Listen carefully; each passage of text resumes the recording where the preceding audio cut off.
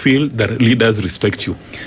Eric, is it that we don't have a legal framework, or the legal framework that currently does exist has been reduced to be just another piece of paper, just another phrase that does exist? Because when you talk about impeachment, there are things that you must fulfill, whether it is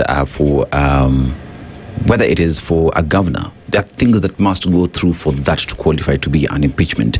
So is it absence of legal framework or implementation of this framework as envisaged by the Constitution? Thank you, Dennis. And impeachment at its core is always going to be a political issue. Yes.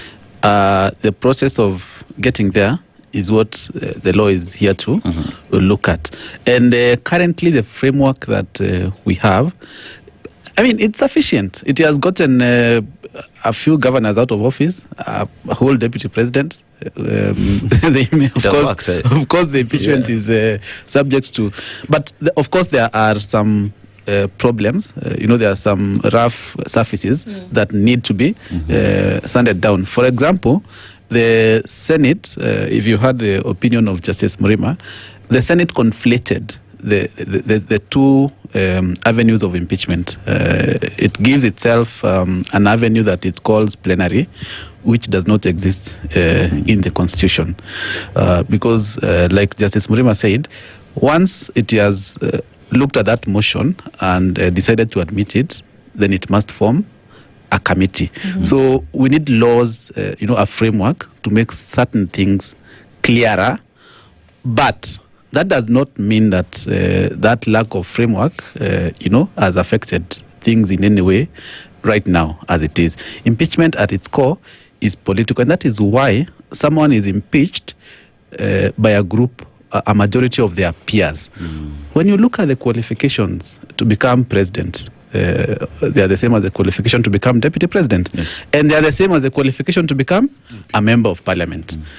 So basically impeachment is your political peers, telling you that you have behaved in a manner that is so wayward that we cannot continue living with you. We have to get rid of you. That is why governors are impeached by MCAs. What are the qualifications for election of a governor? Same as the qualifications for MCA, of course, apart from the degree issue because of resources and all that. Yeah. Yes. What dangers lie in these impeachments then being weaponized? And I believe that it was your co-counsel, Elisha Ngoya, who talked about this, especially during the case of Kawira Mwangaza, whereby it was that this is going to be weaponized politically to throw at somebody that may do something that doesn't benefit me. You see now, it's not about representation of the people anymore, but it's people coalescing around an idea where we're not getting a piece of the pie. So how about we use this thing that is lawful called impeachment to teach you a lesson? How do you run away from the danger of weaponizing this impeachment, which is a lawful procedure to remove somebody who is not abiding by the things you mentioned? Yes, so one of the ways to prevent that from happening is by having a very strict judiciary that audits the process and ensures that every single step is followed, and makes it very, very, very expensive to not follow any step in the process or to miss any step in the process. That is what at least the Constitution promises. But as to the merits of this impeachment, whether this person actually did something that is objectively wrong or not, that is always going to be a political question. Even in countries like the US, which are more than 300 years old as democracies, impeachment is still profoundly political. President Trump has been impeached, I think, twice. Times above by the House of Representatives. Bill Clinton. Yes, Monica Lewinsky. Several people. But the safeguards that we should have are on the process. In this play called A Man for All Seasons, someone asks Sir Thomas More, whether he would give the devil the benefit of the law. And he says, yes, I would.